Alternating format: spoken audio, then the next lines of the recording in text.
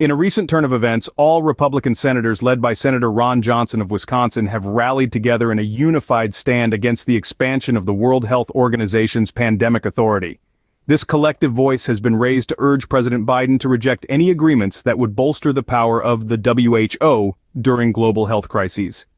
The senators' concerns have been penned in a letter to President Biden, in which they ardently state, "We strongly urge you not to join any pandemic-related treaty, convention, or agreement being considered at the 77th World Health Assembly." This assembly, set to take place from May 27th to June 1st, is expected to deliberate on international agreements, and the Republican senators are making it crystal clear where they stand.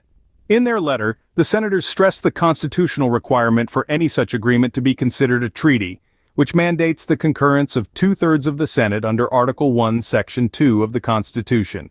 They argue that the U.S. cannot afford to ignore this latest WHO inability to perform its most basic function and must insist on comprehensive WHO reforms before even considering amendments to the international health regulations or any new pandemic-related treaty that would increase WHO authority.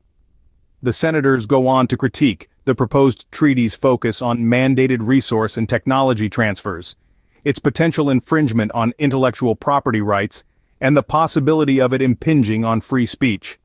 They further argue that the treaty could end up supercharging the WHO rather than addressing its well-documented shortcomings.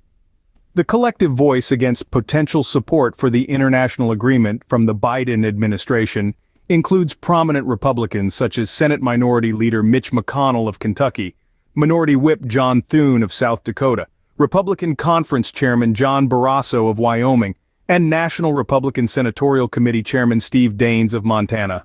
They have unequivocally stated that any endorsement from the Biden administration for the international agreement would be deemed unacceptable.